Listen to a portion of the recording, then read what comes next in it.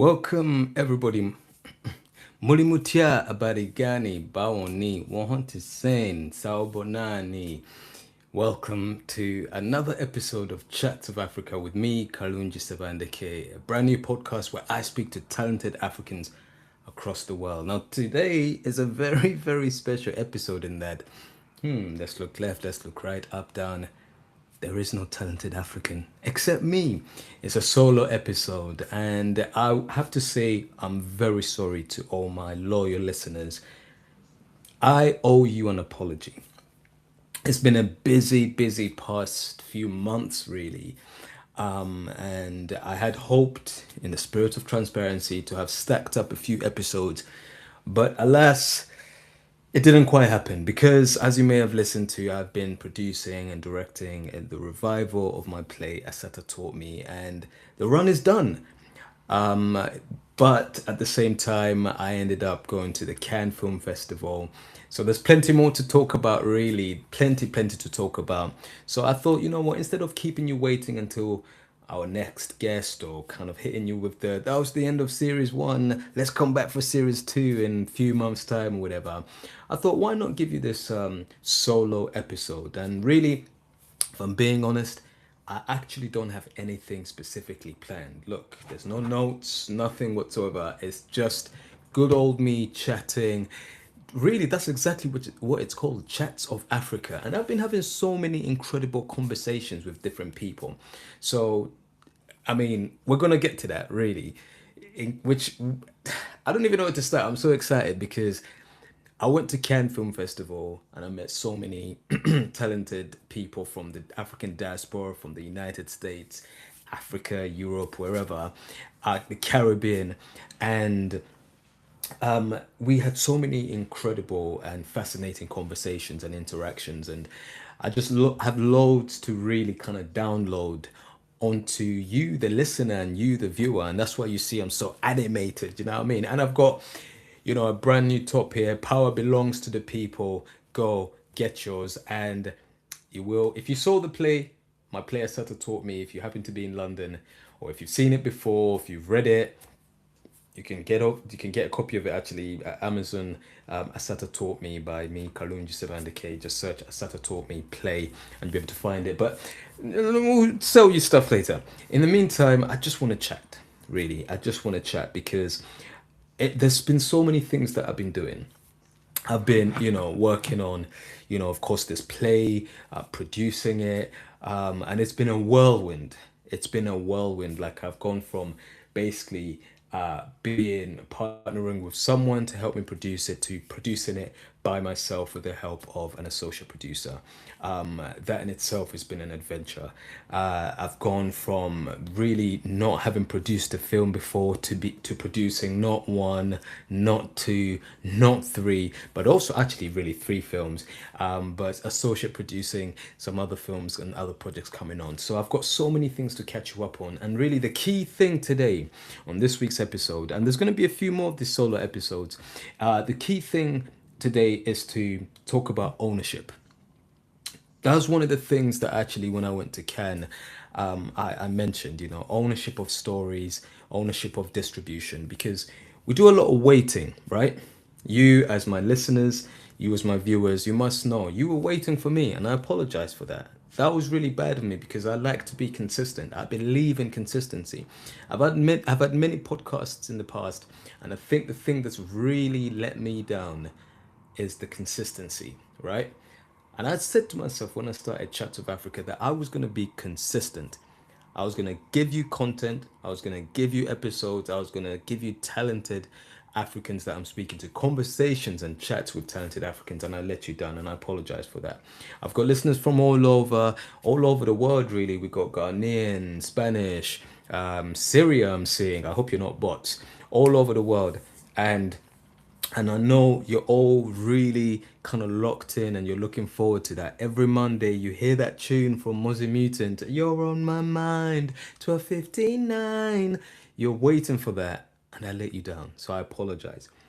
But I'm going to make it up to you because there's so many things to talk about. To begin with, the play. So, the play, if you've been listening, is inspired by the FBI's most wanted woman, Assata Shakur. And in my play, Assata taught me, it ends with her saying, "Power belongs to the people. Go, get yours." And if you do want to get this t-shirt, actually, you can head over to you should really find it from Kalungi Fresh. If you follow me, Kalungi Fresh, there'll be a link there for you to be able to take you directly to the shop. Or always, you can always reach out to me, DM me. We've also got the Chats of Africa YouTube page and Chats of Africa Instagram page, so you can always find us there. But that's not the point. The point is that this play has been a journey. So I wrote this play in 2016. The first idea came to me. Do I count? Let me count when I first got the idea. So I read an article by a journalist called Bim Adewumi. And in that article, she detailed Assata as the FBI's most wanted woman. Her bounty had been doubled, right? From 1 million to 2 million, granted, but it'd been doubled nonetheless. And doubled by none other than Obama's administration. So I read this and I kind of like knew about Shakur. The last name is familiar because of Tupac, but like everybody, I don't think I actually thought it was Tupac's mom. A lot of people thought it was Tupac's mom, but it wasn't. It's Tupac's godmother. But the name was familiar, and it turned out I'd listened to a song by Common from his album Like Water for Chocolate, and he has a song called "Song for Assata," and I used to listen to that song thinking, "Who is Assata? Who is this Assata woman?" And it turns out it was Assata Shakur. For those of you that don't know, she was a former Black Panther member, and she actually left the Black Panther Party and formed her own party, the Black Liberation Army. And part of that, I believe Sundiata Acoli was a part of that, and he's very important in the story, as well as Zaid Shakur, equally important. And the name Shakur was sort of kind of taken up by these BLA members.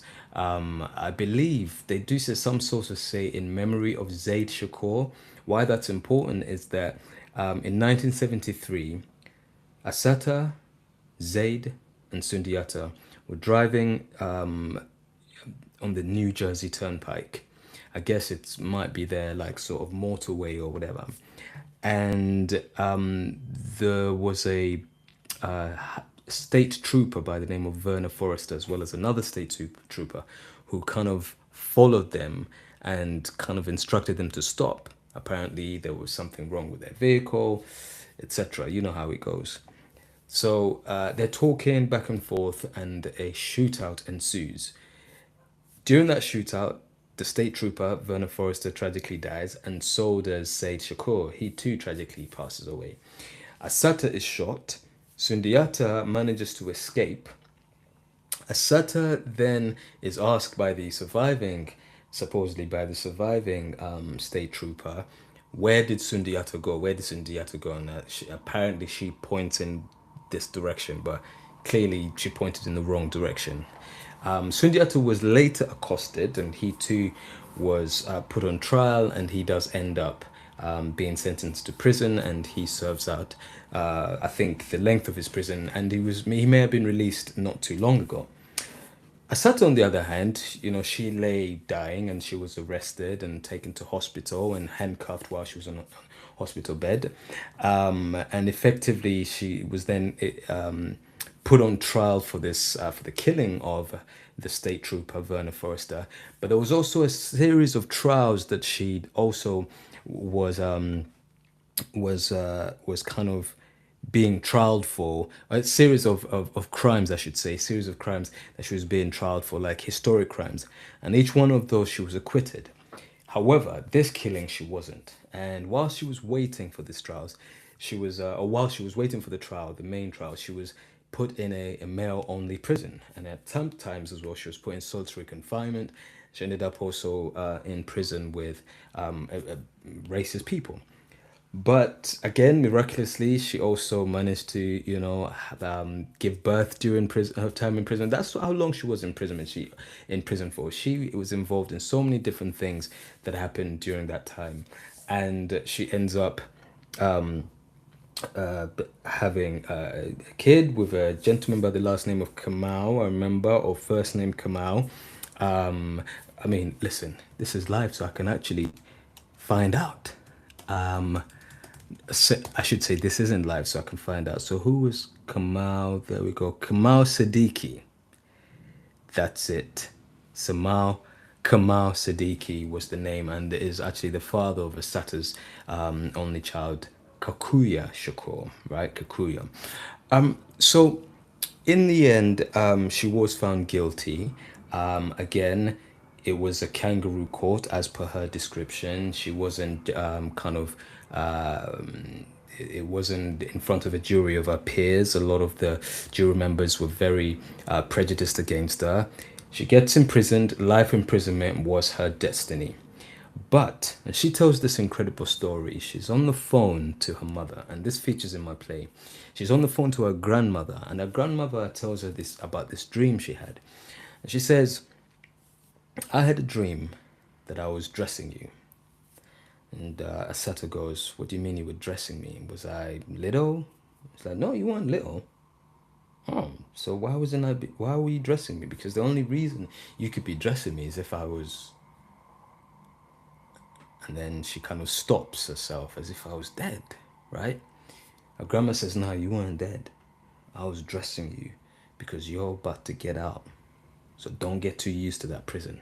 Now, I don't know if grandma was giving her a little bit of a hint, get ready, or it was a genuine dream. So she is chilling one day, and now it can be talked about. And they kind of had been whispers, but now it can be talked about. Members of the BLA, Black Liberation Army, that I mentioned earlier, her party that she'd founded, came in and kind of, I think, posed as, they may have posed as visitors. Again, we can find this out. Here we go. Let's see, Prison Break. Let's find out. What did they do? Armed members of the Black Liberation Army and the May 19th Communist Organization posed as visitors. I thought so. Overpowered two guards and broke Shakur out, spiriting her away in a commandeered prison van. Supposedly, the visitors checked into the prison legally, but then pulled weapons once inside the visitor room. After taking the guards hostage, they used the prison van to drive across unfenced grounds to an adjoining state school before fleeing in separate getaway cars. Shakur originally born. No, that I was about to tell you that.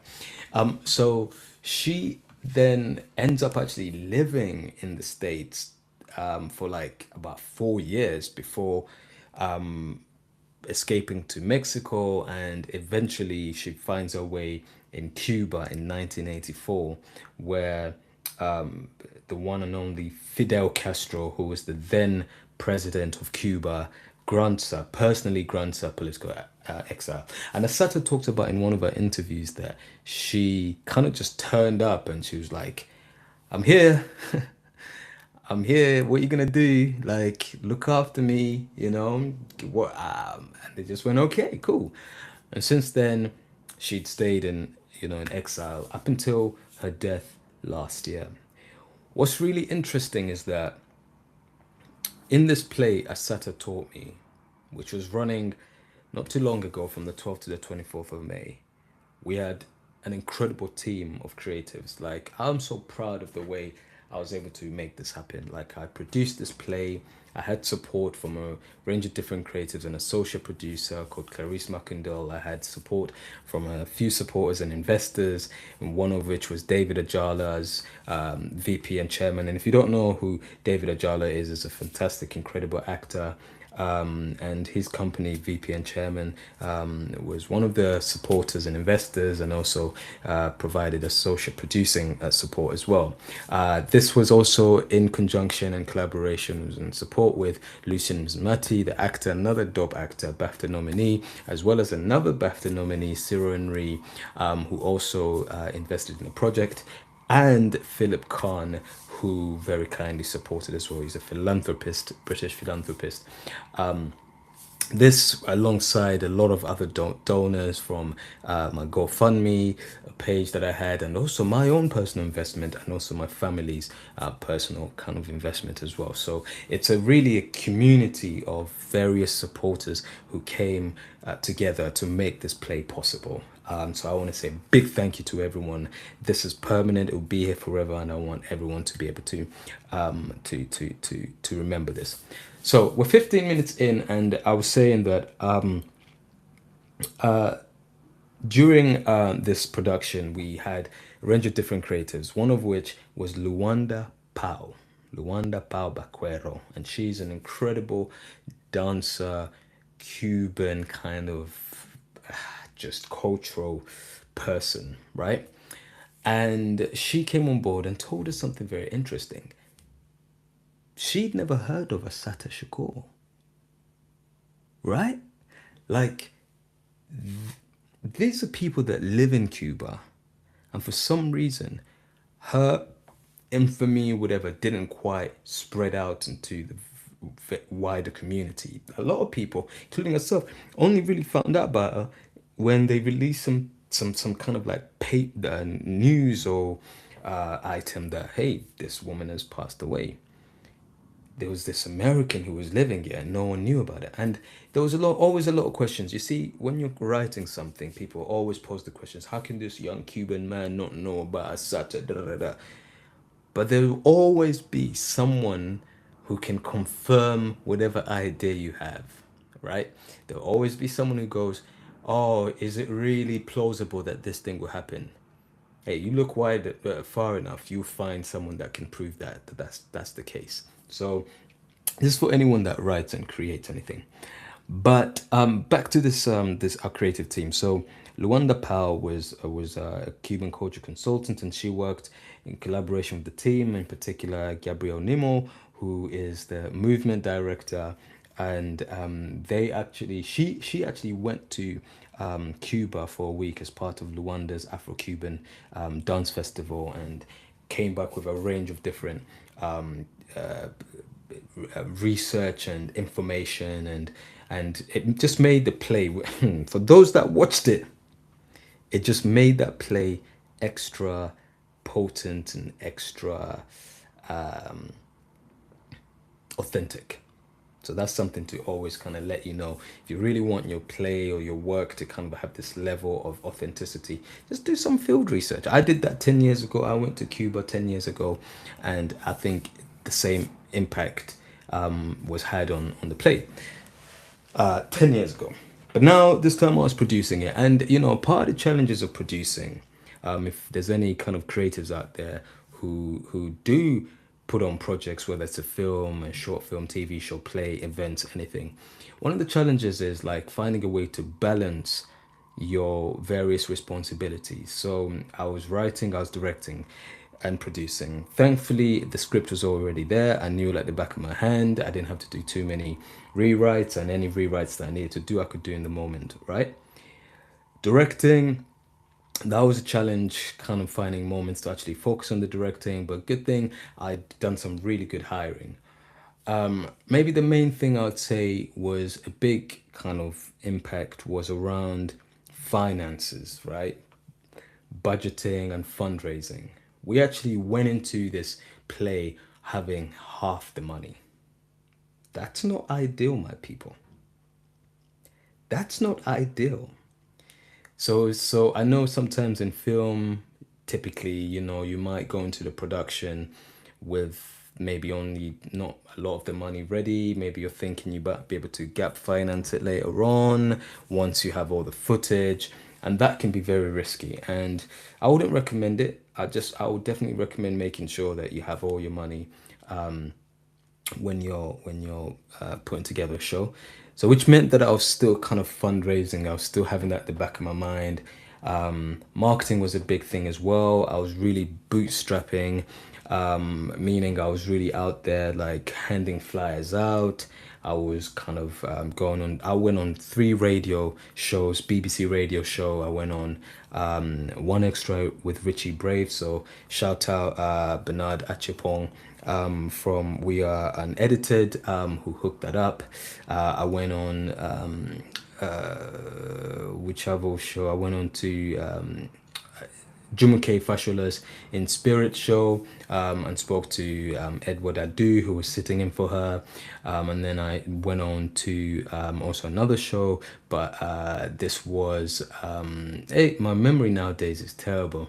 Hold on, Dotun Adebayo. That's I went on Dotun Adebayo's show, and on this particular day, I was on Dotun Adebayo's show, and then minutes later, I was on Richie Brave's show. So shout out to Joanna Wade, the producers, the whole incredible team. So that kind of helped us get a reach. And a few people messaged me, kind of were able to came to the show as a result of that.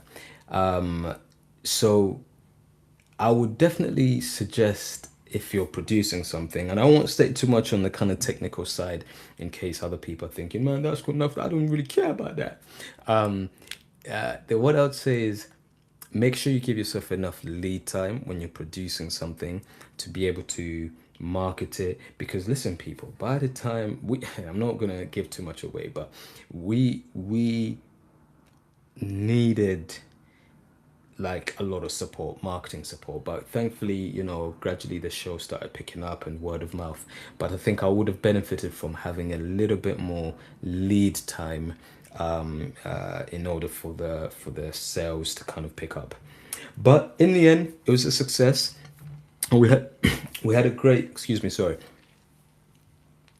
we had a great press night. And press night, for anyone that doesn't know, is usually opening night. This is when family and friends come.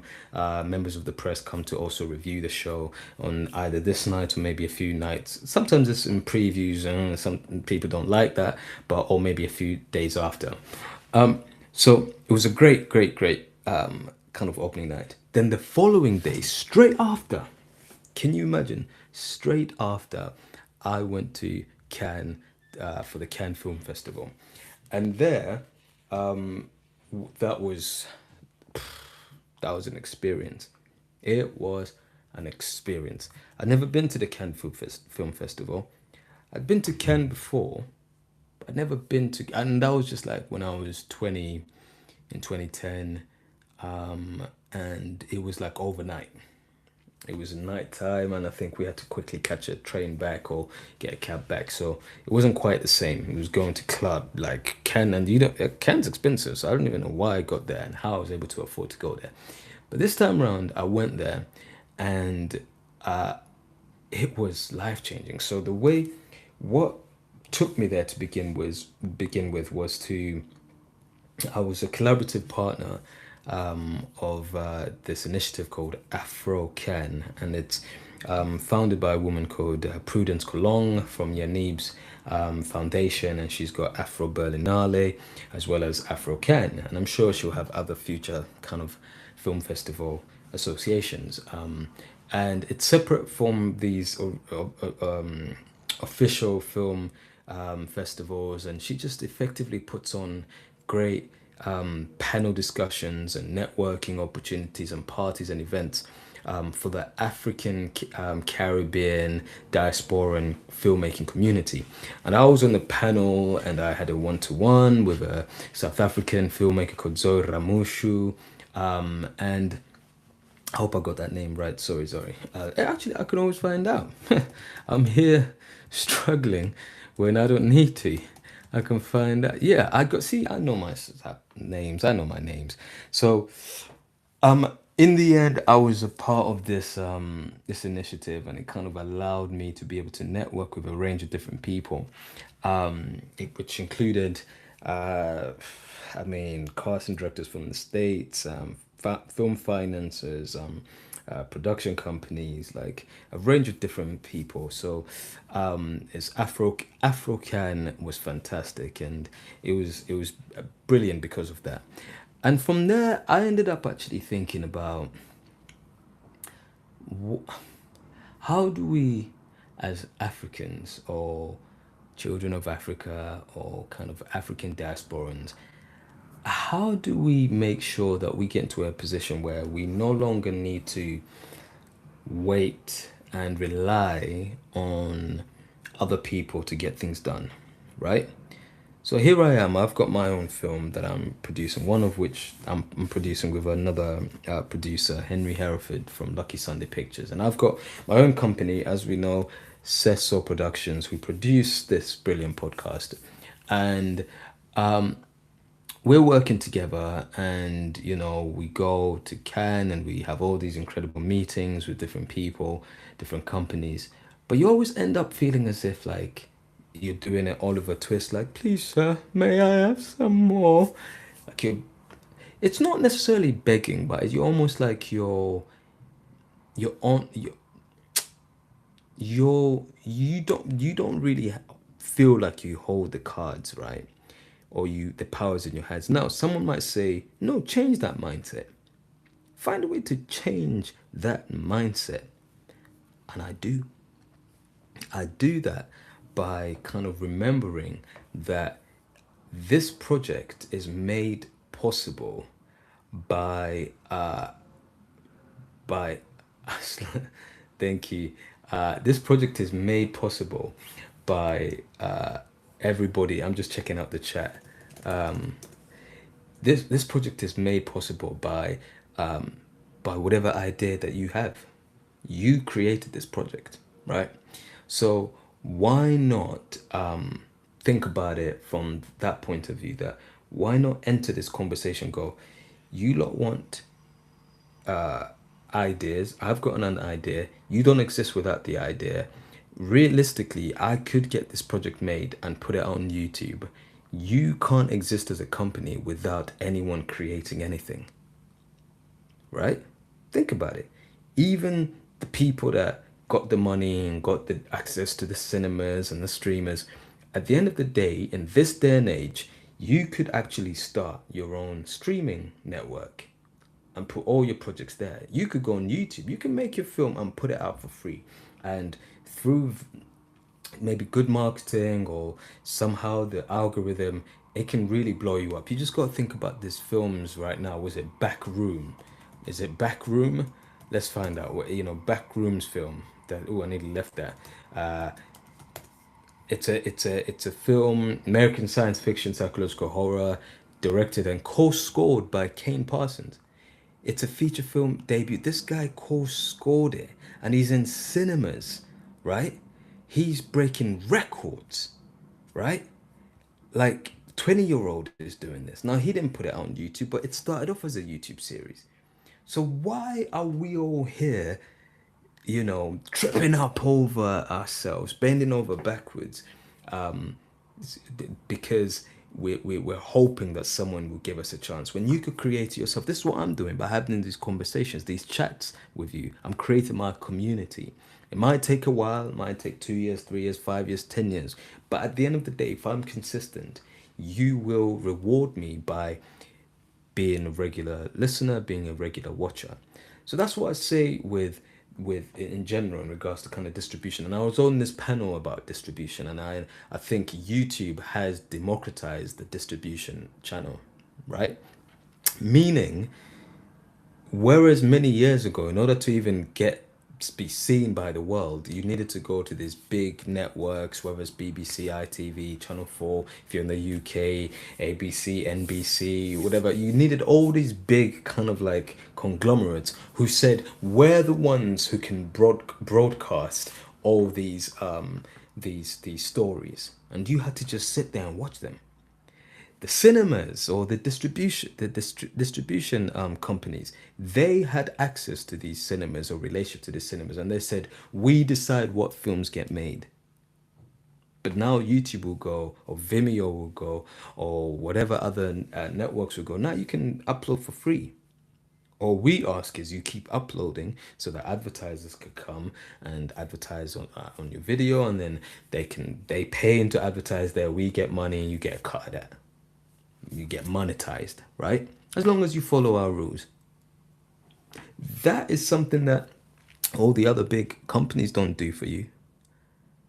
So this is a very, very kind of revolutionary moment that we're in as creatives, right? As Africans in particular. Look how many African content creators there are. Now, I read the other day, or I came across a headline that YouTube or African content creators are getting kind of unfair, let's see, unfair kind of monetization deals. It says here African content creators face systematic inequalities in platform monetization, brand sponsorships, and algorithmic visibility compared to creators in the US or Europe.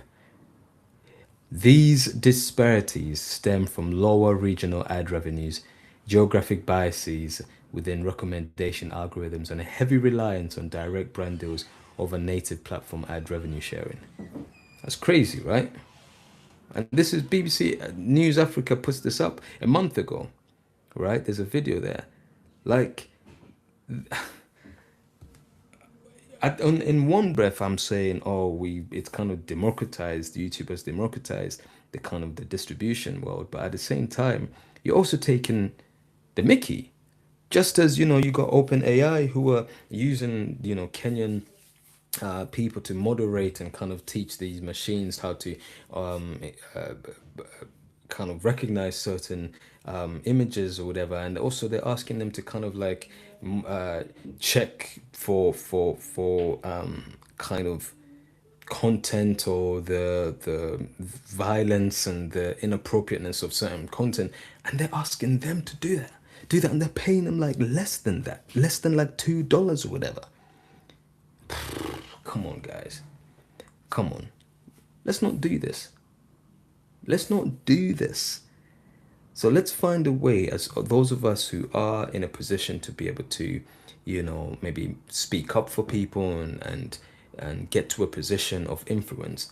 Let's make sure that we do things ethically, and that's my aim of being part of this new kind of community that I'm creating here. You, my Chats of Africa audience, my what do I call you? My chatters, my African chatters. What do we call now?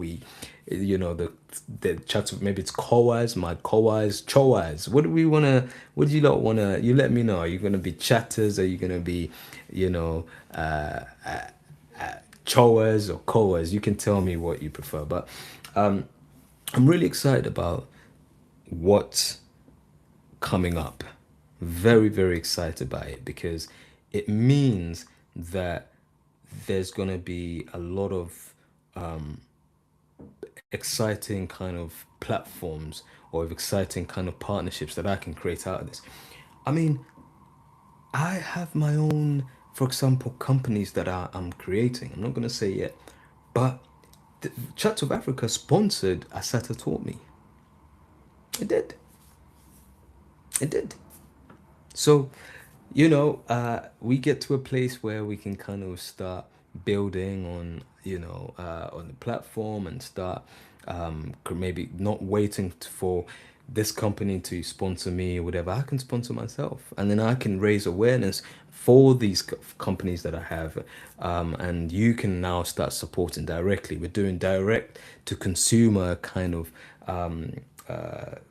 strategies and ways of operating, as opposed to waiting for the big companies to sponsor us. I would love that. That would be great, but I'm not waiting. That's what Says So is all about. It's a play on my last name, but it's also to do with you saying so. It's your say so. So it's Says So Productions. We say so, right? But listen, thank you, everybody. These are mini Chats of Africa kind of solo episodes. Of course, next week there'll be another one that we'll have. And I think it's great to be able to kind of give you this in little bite size as I have been before. And I look forward to the next episode where you hear more about an exciting new project that I have that is to do with Africa. And maybe I won't say no more, but just know that it's Africa. I'll say this: it's related to the World Cup. Okay, it's Africa and it's related to the World Cup, and I can't wait to say more about it. So in the meantime, don't forget to like, subscribe. Don't forget to click follow on the podcast wherever you listen so you don't miss an episode. And of course, you can find us on all the socials. Chats of Africa is the Instagram. You can find me, Kalunji Fresh, on my Instagram. Kalunji underscore if you're more of an X or Twitter. And TikTok, Kalunji Fresh is there as well. Thank you to all you incredible Chats of Africa listeners and viewers. And of course, I will see you next week. Peace.